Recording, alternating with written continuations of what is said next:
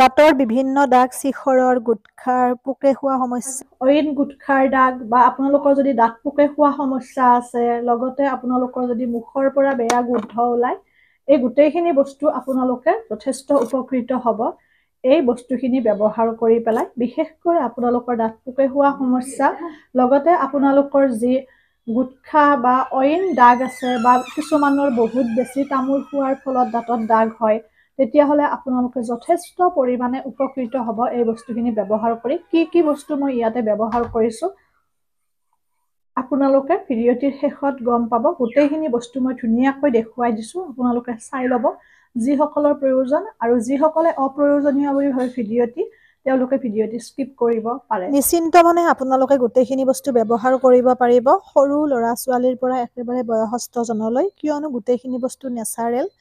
ইয়াতে আছে আমাৰ জ্যেষ্ঠ মধু আছে, অকণমান সামান্য পৰিমাণে নিমখ লৈছোঁ, লগতে লং, ডালচেনি লৈছোঁ, আৰু লগতে ইয়াতে আমাৰ যিটো খোৱা কৰ্পূৰ আছে সেয়া।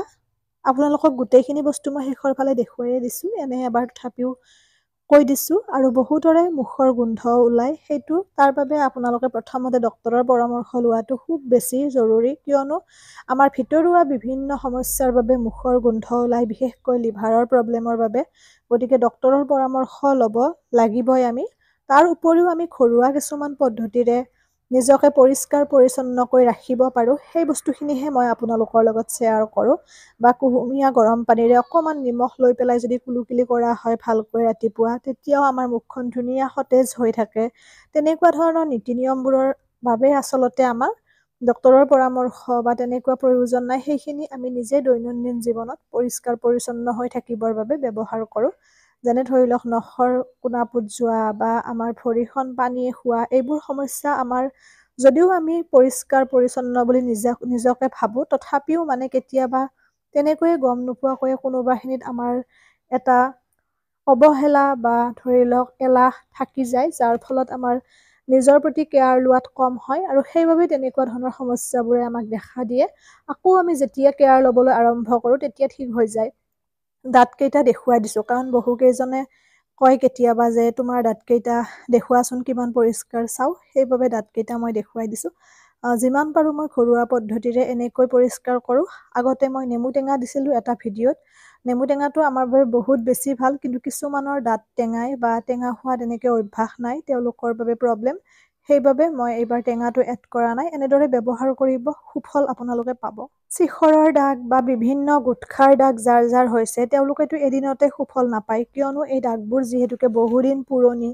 গতিকে খুব কমেও আপোনালোকে এসপ্তাহ ব্যৱহাৰ কৰিব লাগিব, তাৰপিছত আপোনালোকে ভাল ৰিজাল্ট এটা দেখিবলৈ পাব। নহ'লে বোলো মই এইমাত্ৰ ব্যৱহাৰ কৰিছোঁ আৰু 5 মিনিট পিছতে মোৰ দাঁতকেইটা একেবাৰে চিকচিকীয়া হ'ব লাগিব, তেনেকুৱাটো কথা নহয়, লাহে লাহে হ'ব। যিহেতু এইবোৰ আমাৰ নেচাৰেল বস্তু, প্ৰাকৃতিক বস্তু, গতিকে ইমান জল্দি আমি ৰিজাল্ট নাপাওঁ, কিন্তু বহুত বেছি ভাল হয় এই গোটেইখিনি বস্তু।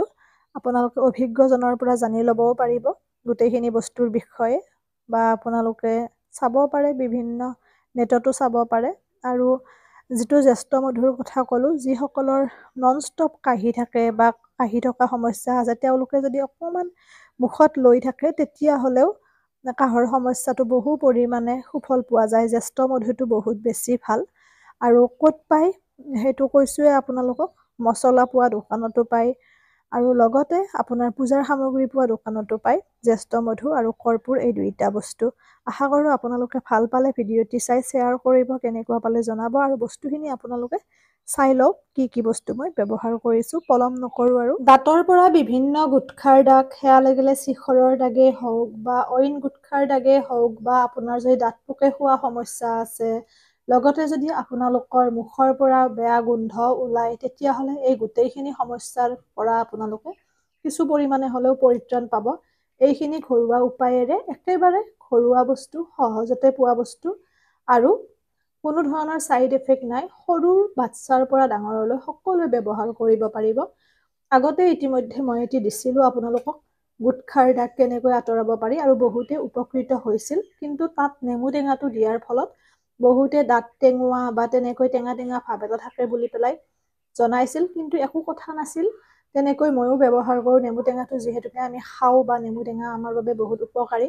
কিন্তু যিহেতুকে বহুতে সমস্যাৰ সন্মুখীন হোৱা বুলি বা হিৰসিৰোৱা বুলি কৈছিল, সেইবাবে এইবাৰ নেমু টেঙাটো এড কৰা নাই আৰু বহুখিনি অধ্যয়ন কৰি মেলি আমাৰ দাঁতৰ বাবে প্ৰয়োজনীয় বস্তু কিছুমান এড কৰিছোঁ, ব্যৱহাৰ কৰিছোঁ আৰু উপকৃত হৈছোঁ। পলম নকৰি বস্তুখিনি আপোনালোকক দেখুৱাই দিওঁ।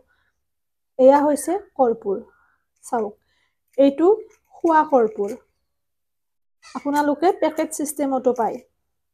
এইটো খোৱা কৰ্পূৰ। লাড্ডু বনাওঁতে ব্যৱহাৰ কৰে, পূজাৰ ভোগত ব্যৱহাৰ কৰে, নাৰায়ণ পূজাৰ সামগ্ৰী পোৱা দোকানত পাব। এয়া এই কৰ্পূৰটোৱে যদিহে আপোনালোকৰ দাঁতৰ বিষৰ সমস্যা আছে, দাঁত বিষ হোৱা ঠাইত যদি অকণমান লগাই দিয়ে, তেতিয়া আপোনালোকে লগে লগে আৰাম পাব। ইয়াৰ পৰা মই অকণমান ল'ম। এয়া আৰু এইখিনি হৈছে নিমখ। এচিকুট নিমখ লৈছোঁ, দেখিছেনে? বহুত বেছি নল'ব। এনেকৈ এচিকুট নিমখৰ লগত কৰ্পূৰখিনি মিহলাব। লগতে ইয়াতে কলগেট মই ব্যৱহাৰ কৰিছোঁ। আপোনালোকে যি টুথপেষ্ট ব্যৱহাৰ কৰে সেয়া ল'ব পাৰে, কোনো কথা নাই। এনেকৈ ল'ব। তাৰপিছত ইয়াতে মই লৈছোঁ এয়া জ্যেষ্ঠ মধু। এই জ্যেষ্ঠ মধুটো আপোনালোকে বিভিন্ন মছলাৰ দোকানত, লগতে পূজাৰ সামগ্ৰী পোৱা দোকানতে পাব।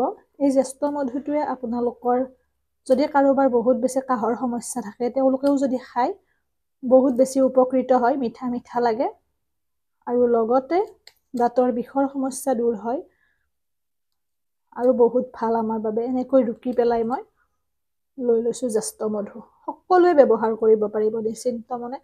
আপোনালোকে যদিহে প্ৰয়োজন বোধ কৰে, আলোচনা কৰিব পাৰে ডক্তৰৰ লগতো। গোটেইখিনি বস্তুৰ কথা কৈ পেলাই তেওঁলোকেও আপোনালোকক জনাব বা অভিজ্ঞ লোকক সুধিব পাৰে। এনেকৈ এয়া লং লৈছোঁ 4টামান। লংকেইটাৰ যিটো আমাৰ মূল টোপটো থাকে সেইখিনি আপোনালোকে গুৰি কৰি ল'ব, ঠাৰিডাল নালাগে। এনেকৈ গুৰিটো দি লৈছোঁ। আৰু এইখিনি ডালচেনি অকণমান ৰুকি দিব। ইচ্ছা কৰিলে থেতেলাই গুৰি কৰিও ল'ব পাৰে।